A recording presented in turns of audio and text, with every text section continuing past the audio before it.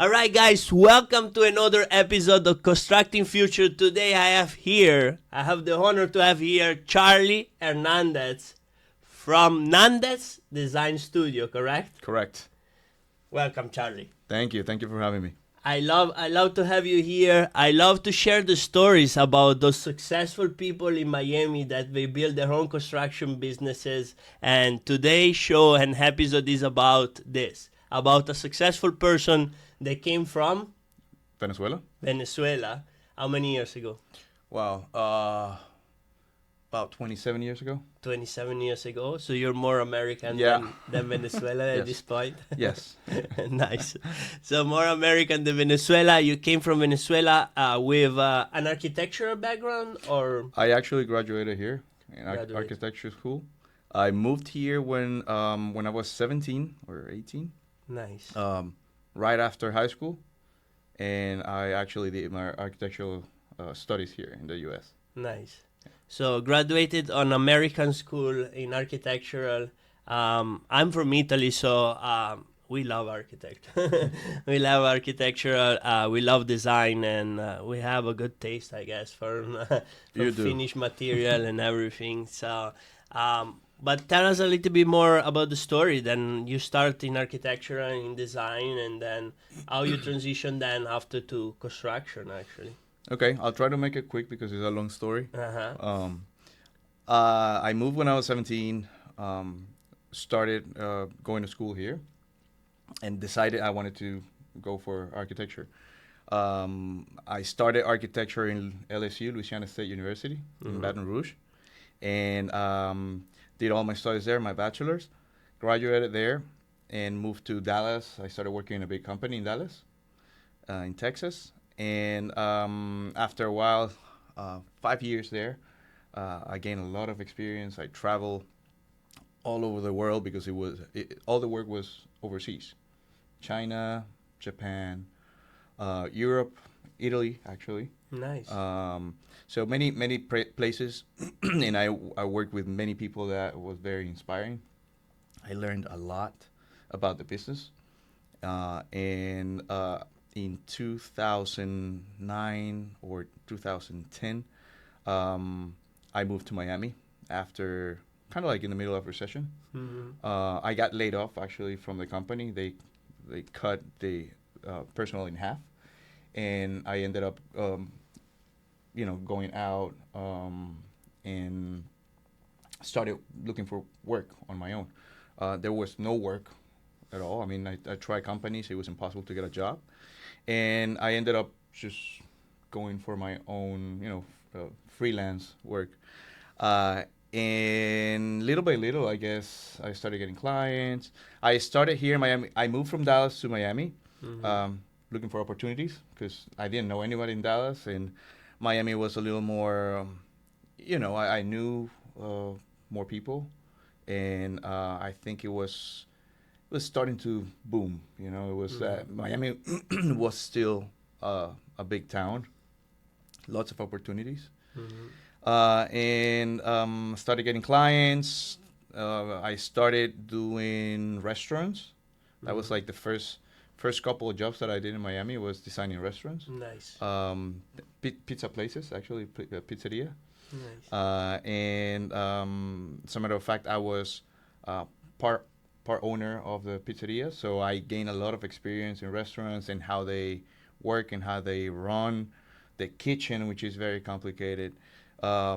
Restaurant design is very different. And then I also started getting more clients for renovations. I started doing designs for renovations. Little by little, I started getting more and more and bigger jobs. And I realized two things that are very important. One is architecture and design is tough. So I started doing construction because it was a lot easier to get more money for what we were doing. So I started doing renovations on my own, not only the design and the plans, but the construction. And I partnered with a person that had the GC license and started doing renovations. But the most important part of what I found out back then was the fact that in Miami, the process is broken. It doesn't work. And but what I mean by that is you have too many parts in the equation, and it's very, very hard um, to pursue a project. So you have a lot, or you have a site, or you have a home, or a commercial project, and you have to hire an architect. Mm-hmm. Then the architect is going to hire an engineer, Mm-hmm. and then those is only two parts of the project. Then you need an interior designer. You need a person who to run the permits. And then if you're building a house, you need a landscape architect, and you need structural engineer, and it's so many parts. And then after everything's done and the permit is approved, let's say a year after we start, Mm-hmm. because it takes a long, long time, Yeah. then you need a GC. And that GC has no idea, he has no relation with the architect. Previously. He has no idea what the project's like, or what the details are like, or anything. So it just didn't work. So I decided to just gather all the parts and just do everything on my own. It took me a while, but I can say now that I can take care of the entire process from A to Z. We either help you acquire the lot, find a lot for you through brokers, a lot that actually works and is within budget. We can do lot analysis, feasibility studies, money-wise, design, architectural plans, engineering, all the engineers, MEP, structural, civil, they're asking for everything nowadays. Mm-hmm. Landscape architect always asks for that. We can do all that in-house. Nice. And then we run all the permits. So pretty much the first stage, I do it all until I have an approved permit for you. Once that is approved, I'll prepare an estimate for you, construction estimate, Mm-hmm. and I'll do all the construction, including all the details. Mhm. I have my own mill workshop. I do all the designs in-house, and everything's like value engineer. So everything's it goes according to your budget. Mm-hmm. And what you're gonna get at the end is a final project, completely finished. Here's your key. Go for it. Go That's it. for it and enjoy the house. Yeah. I love it. I love it. You touch a point that I think is super, super valuable, because most of the people, they don't understand it. Like you say, most of the clients that I had in the past, I had to educate them what is entailed in the pre-construction and how many moving parts you have it into the pre-construction to make sure that all of those details and everything, they get 99% or 95%, I would say, they get square off or checked off into the pre-construction Yep. phase and into a piece of paper, or in this case, a software that we using right now, but not doing that mistake into the construction phase, which it costs you way more money and time Yep. on Exactly. execution. Exactly. And honestly, besides the money and the time, it's just so annoying to design something and hand it out to a GC that doesn't know what they're doing sometimes, most of the time, and don't care. Honestly, here in Miami, they do not care. It's all about the money. Mm-hmm. It's not about the project. And they're going to take your design and just do whatever they want with it. Wrong materials, wrong details, bad details, poorly done. Mm-hmm. So controlling the whole process and doing our own construction and our own details allow me to really make sure the quality is perfect. Mhm. All the details are on point, and the design is, everything's done exactly what it was designed like. Mm-hmm. That's great. That's a very, very important aspect of the construction that people think, oh, but just put together these two things and everything it gets done fine. And if it doesn't, like, we just correct it as we go. That's the major mistake That costs money. that costs money, a lot of money, and a lot of time, a lot of headaches, and then ultimately the trust of the client, Mm-hmm. because you end up as a GC saying, what are you doing? You don't know your job. Exactly. Most of the time, that's what I got in the past when I received those plans and I say, I cannot deliver this because even the architecture, I remember one time, this is a funny story, like the architect, so like you say, subcontract to a structural engineer. But then the structural engineer was in a different firm than the MEP engineer. So the MEP engineer was running the dock across a beam that was full of rebar. And Yeah, so exactly. Yeah. when we get into the actual, we got the plans were approved from the city, everything was approved, and when we get the time to construct and then build it, It's we impossible. say, oops, the dock is running through a beam. And we had to remake the plans, remake the deviation, redo a revision through the city, and then like cost us probably a month worth of work. Well, think about it. In that case, how do you fix that? Mm-hmm. You have to either run the duct through another space. Mm-hmm. Most times you don't have, Mm-hmm. or remove the beam, which is a big deal. Yeah. So either way, it's gonna take time and it's gonna cost you money. Yeah. You know? Yeah. Revision to the plans, making the structure bigger to remove that beam. In some way, it's gonna cost you money and it's gonna take time. So. Yeah. So now, Charlie, you say great things about lot acquisition, deal analysis. So you mostly focusing right now on investor that they want to build in Miami, or you doing more for homeowner that they want to get their homes?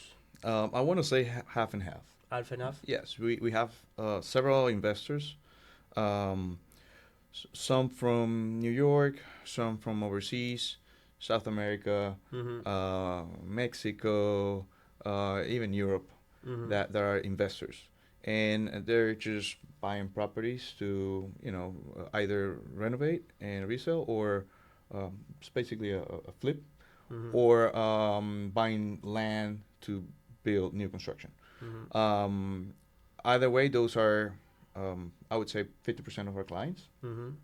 And the other half is end users, like families or Mm-hmm. people that is building for their own, either their offices or their houses, or additions to their existing houses, that type of work.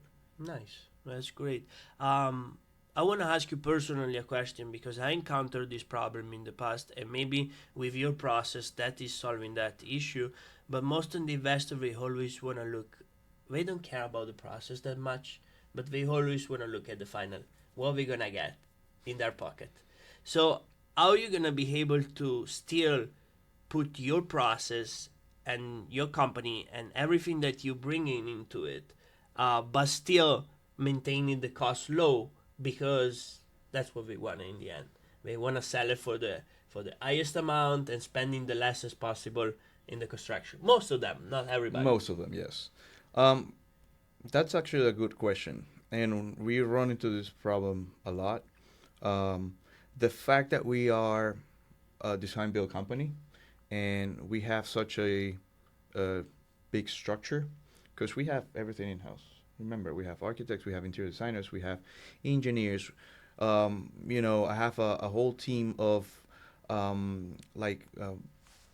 accountants and bookkeepers and everything in house to keep the whole thing running.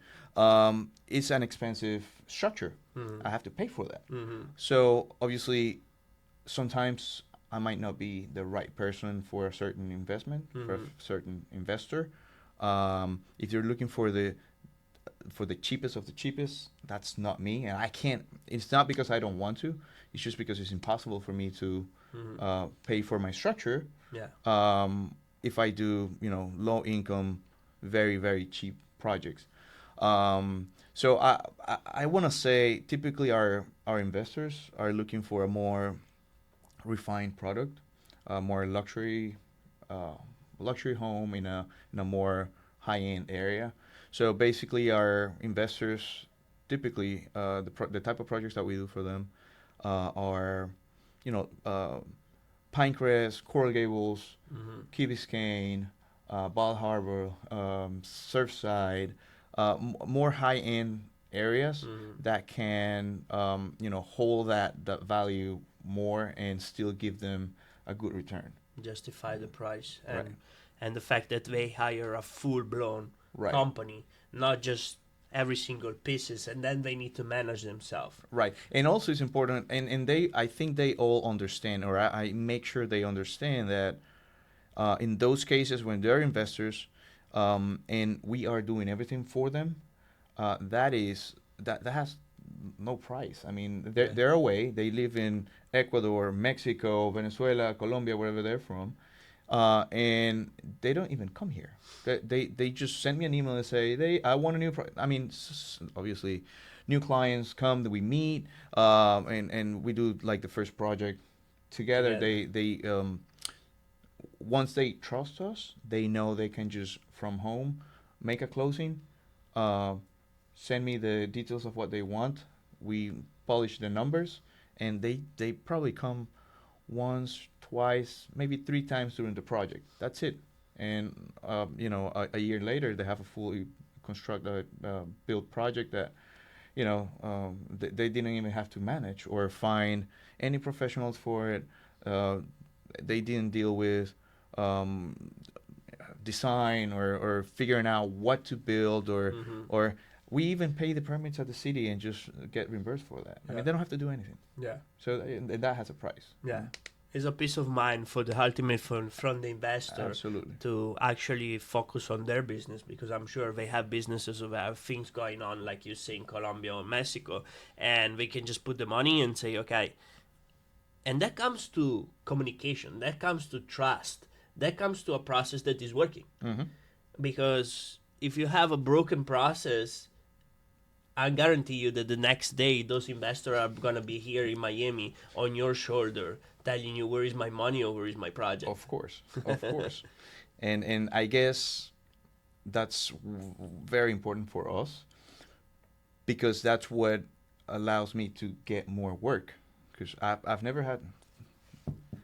had any issues with any investors, um, and I want to say 99% of them are happy with what they get, if not 100% of them.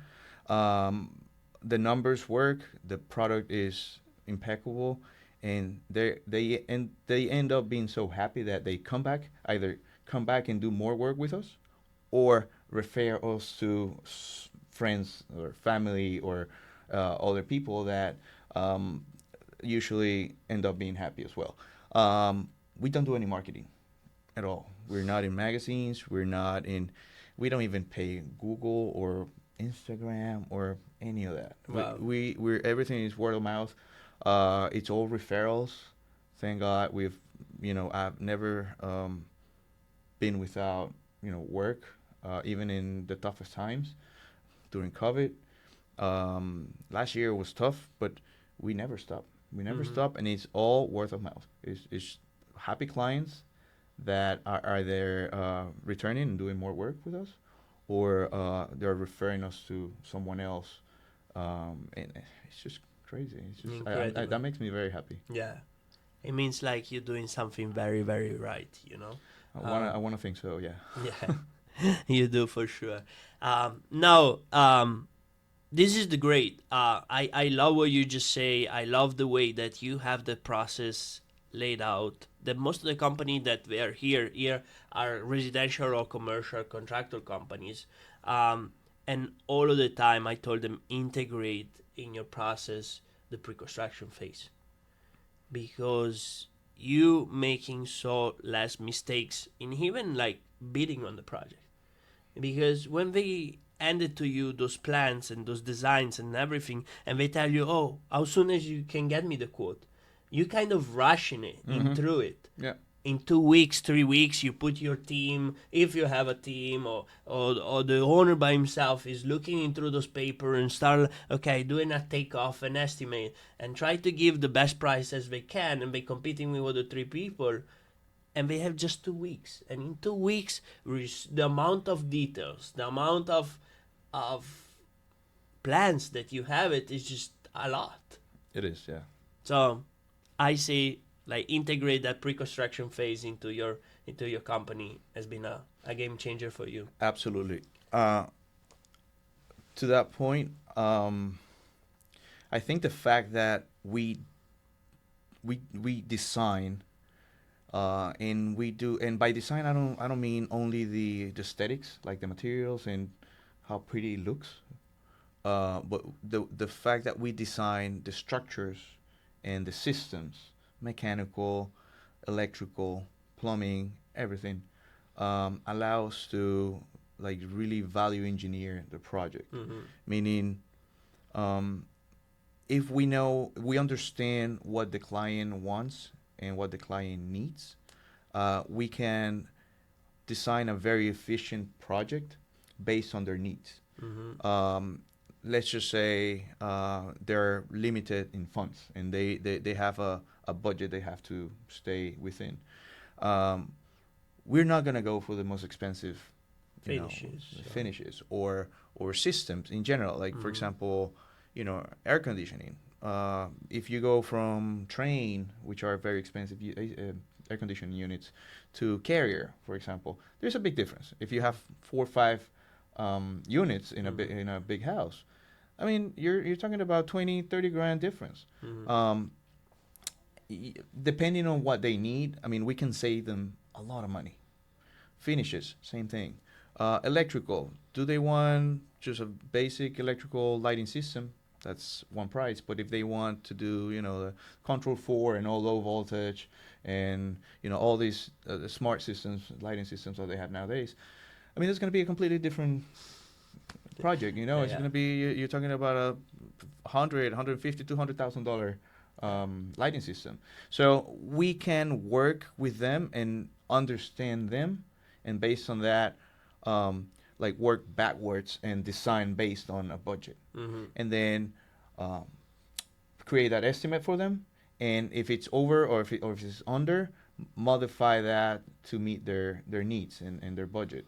We play back and forth with the design, the plans, and the construction estimate.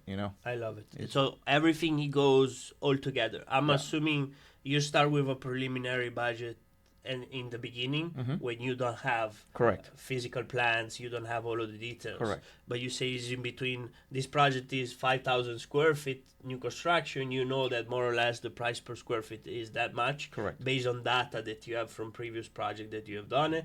You tell them it's in between this and this. Are you okay with it? They sign it, and then you take them through the process. Exactly. Till you finish the pre-construction project where you have 99% of the details laid down. You have the plans approved from the city. Even before they're approved by the city. Even before. Yeah, because the plans are. I mean, they're gonna vary slightly in the city, but it's not gonna change affect the price. Yeah.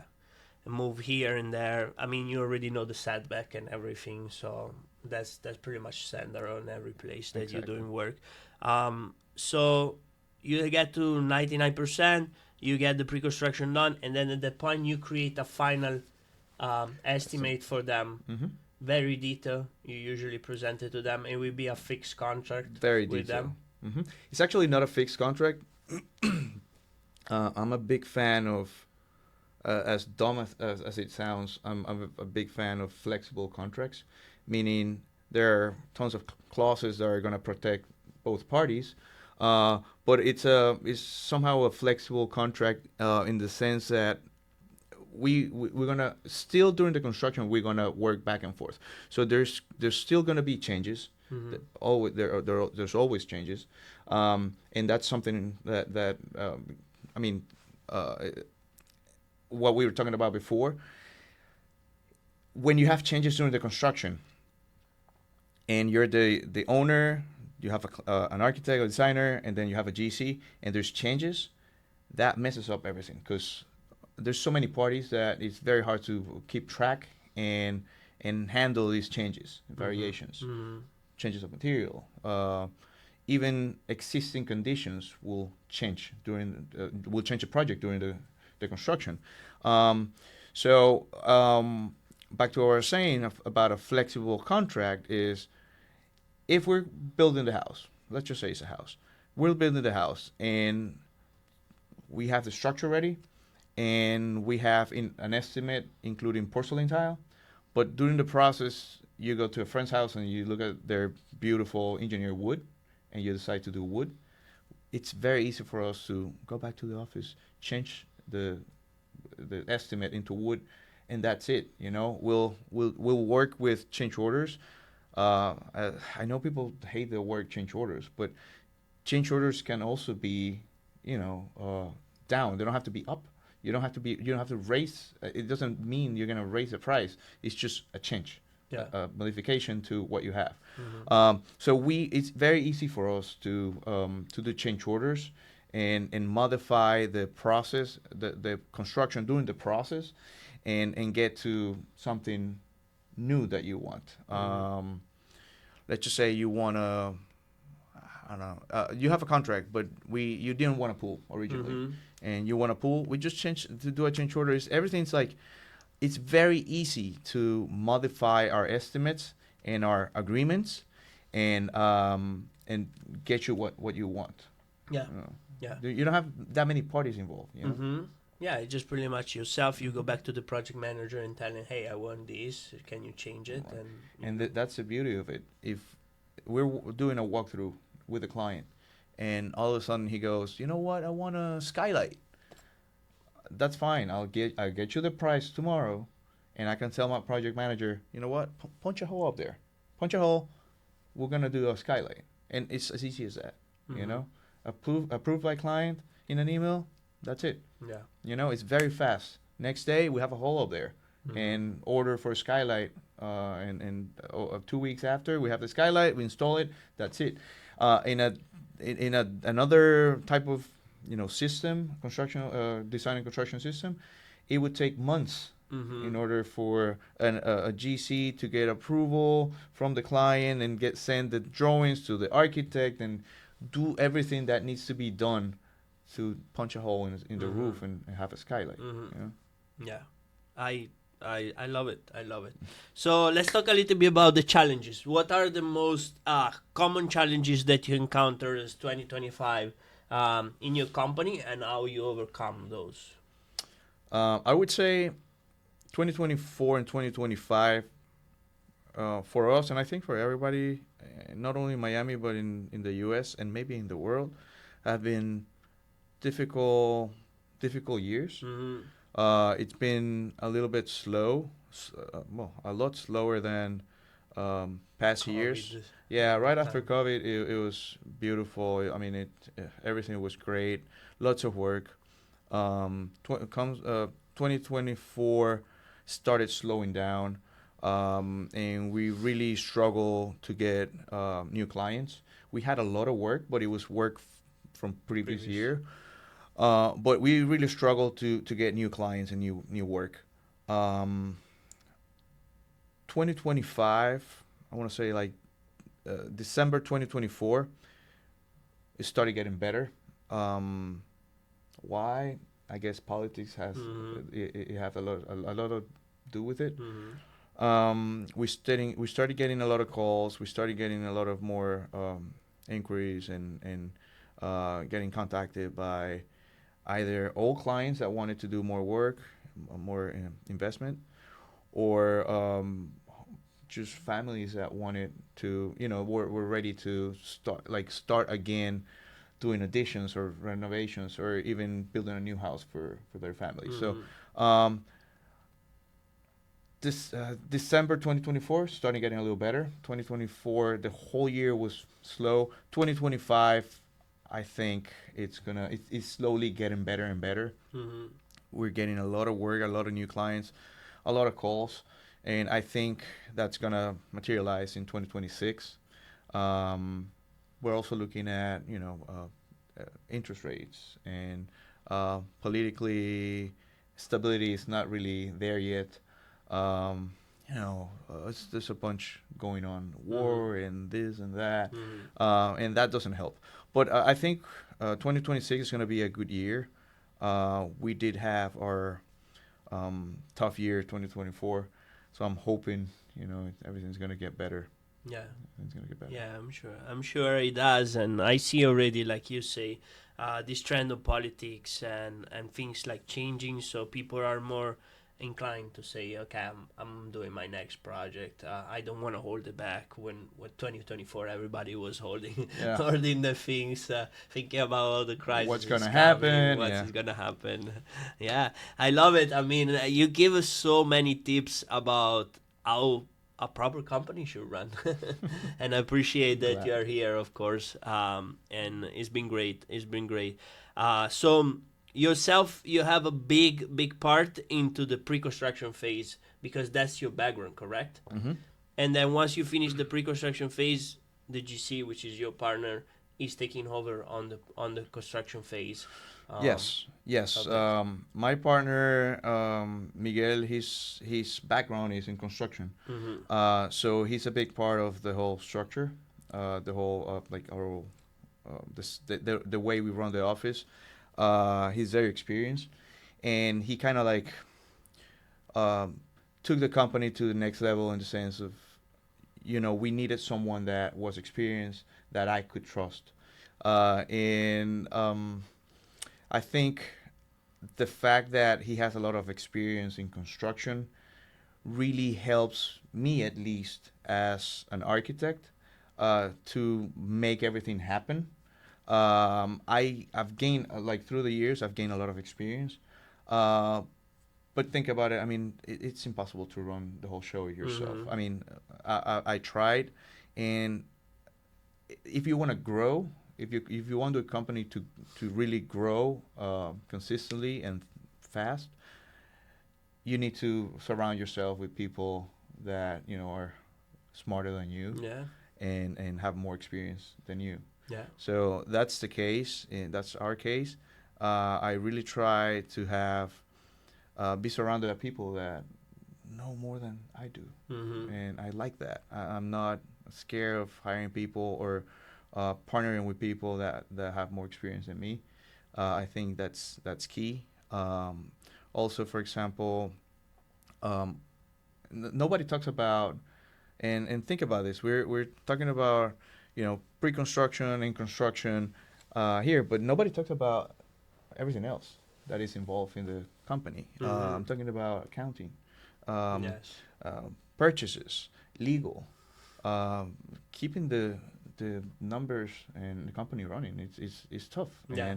and architects have no idea how to do that.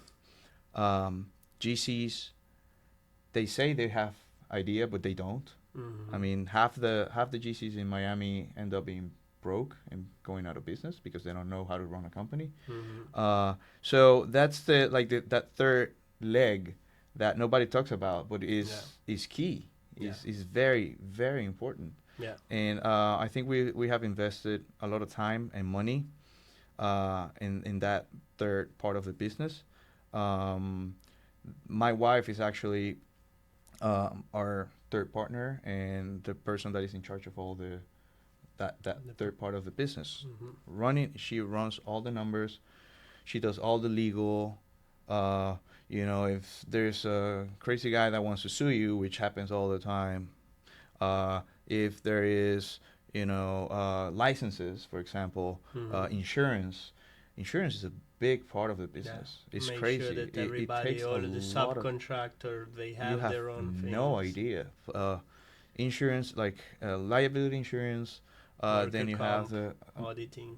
It's crazy. It takes a lot of Yeah. time. Yeah. A lot of time. Yeah. So she's in charge of that.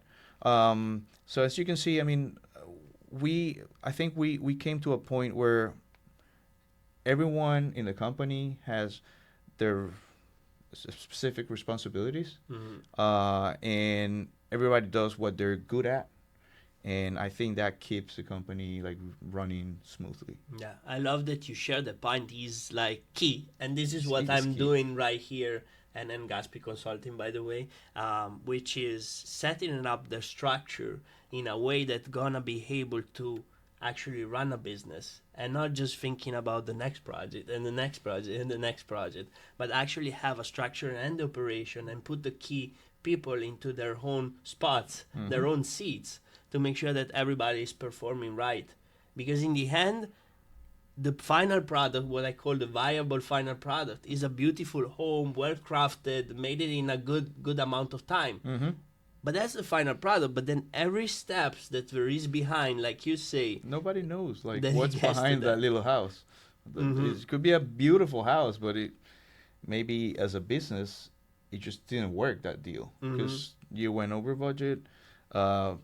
Money slips through the gaps like so easily when you're in construction. I Yes. mean, you have so many different things you have to pay for. You know, it's just if you have more trash, if you don't keep up with change orders and additional dumpsters, for example, if you don't um, send the reimbursables to the client, it's small things. It's Yeah. $44 City of Miami, $150 Miami-Dade.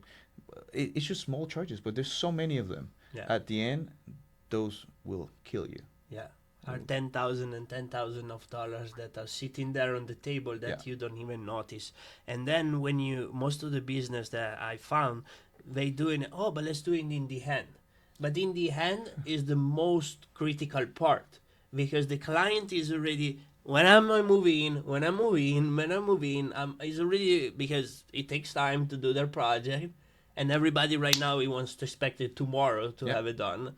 So in the end, it's the worst part that you can actually tell them, oh, by the way, there is another bill here of $10,000 because I forgot to charge you the City of Miami fees. And that's a good point because that brings you to another very important, like key point here, which is the cash flow. Mm-hmm. Who has the cash flow to keep working through an entire project and not bill the client for change orders Yeah. or reimbursables or whatnot? You have to watch your cash flow. If you don't have your cash flow like running smoothly, then what's going to happen is you're going to end up not having enough money through the process to finish your parts of the project in time in order to get to the end in time. And then what they start doing is they start using money from other project to that project to actually fund that project. And it's a chain because it's transferred directly to the other project, and you start having issues with the other project. Yeah. So it's a chain reaction. So you have to be on top of change orders. You have to be on top of reimbursables. You have to keep your cash flow flowing. That's key. And again, nobody looks at that. Nobody thinks that way. It's worrying. I mean, Yeah. when you're doing construction, you have to. I've never understood the way general contractors work here in Miami or in the U.S. That figure, that GC figure, they have no, typically, unless you come from a business administration background, they have no idea how to run a business, and they're handling thousands and thousands of dollars for clients, and they have no idea the impact that not having the books clean and the cash flow healthy and everything running smoothly, they don't have experience with that. Yeah. They have no idea, how to handle large amounts of money and how to keep the ball rolling. And they usually they end up just taking money, like you said, from other projects and hurting that other project. And Or it's SBA a loan, snowball, or loan from the bank, so line of credit. which is worse. Yeah. Yeah, because they end up screwing that, and that's a big topic. And also, like, something that I always tell them, like, the P&L is you looking at back. It's already happened. You already fucked up. Yeah, exactly. So you need to have KPIs to look at, okay, what is coming this month? Like you say, what's the projection of the cash flow on that project? What's the projection of the overall company coming in the next year, in the next quarter? All of those numbers are so important to see what is coming in the front, not just what is in the back. The back is good to check data to see where you fuck up. Mm-hmm. And what you can do to actually avoid, correct it and not avoid that it happens again. But it's already happened. Yeah. So. Yeah. I see big trend, like, and this is funny because when you start looking at those P&L, through the years of those companies, I look at it and I see most of the people, they tend to fuck up in the same areas. Yeah. In the same, there's like a pattern. Uh-huh. Like I see MEP. Oh, you fucked up in MEP in 2023. You undercharge in MEP in 2024, and 2025 you're doing the same. Yeah. So that's my responsibility to it's- go in with my team and correct those things and look at it every line item and see, okay, here you say you want to have 21% margin, but what happened directly in these things? You undercharge, the subcontractor, he send you whatever he send you, and they start doing work without having actually a purchase order, without actually having an invoice signed from Very the typical. client. And I say, you like that should be a policy that you cannot do that. Yeah. I agree. So it's interesting. It's interesting. But guys, we share a lot of information. It was amazing. I learned so much from you, and again, I thank you for being here, Charlie. No, thank you for having me. It's always a pleasure to share stories and experience, and just share with all you guys out there all the pain that we've gone through, and how to fix things, and how to not run into very common issues that we have typically day to day. Yeah, for sure. Now, before we end up the episode today, I want to ask you, Charlie, where you see Nandet's design studio in the next 3 to 5 years? Oh, that's a great question. I've always been, coming from an architecture background, I've always been very, I've had the illusion to be like very well known, and gaining trust from not only people in Miami, but US in general. And I've been working on, trying to get Nandes out there. We have what I consider a very nice Instagram, for example. I want people to see what we do and how we do it. And I want to be well known out there. I want people to trust us, and maybe follow us and see us as a good reference. So that's one thing that I really I'm focusing on. So be an inspiration for others. And not only design wise, which I think we have very good designers, and we focus a lot on the actual designs, but the business itself, the way we do things, as simple as it sounds. Running a business is not simple at all, and the fact that we're doing something that is not done typically, and by that I mean design build. The way we do things, it's not like we're the only ones that are doing design build in Miami or in the U.S., but it's not very common. The typical system is completely different, and I want people to really understand that the way we try to do things is a better way to do it. It's more efficient, it's faster. It'll get you more money if you're an investor. It'll get you moved into your new house if you're a family. It works better. And one of the things that I really want to get out there is design build is the best way to do construction or investments, or that's very important. Yeah. Amazing. And this is a platform to share that to the people. So it's going to come up with the episode soon. And again, thank you guys for being here. I hope you enjoy the episode, and I see you on the next episode of Constructing Future. Thank you, Charlie, again for being here. Thank you for having today. me. It was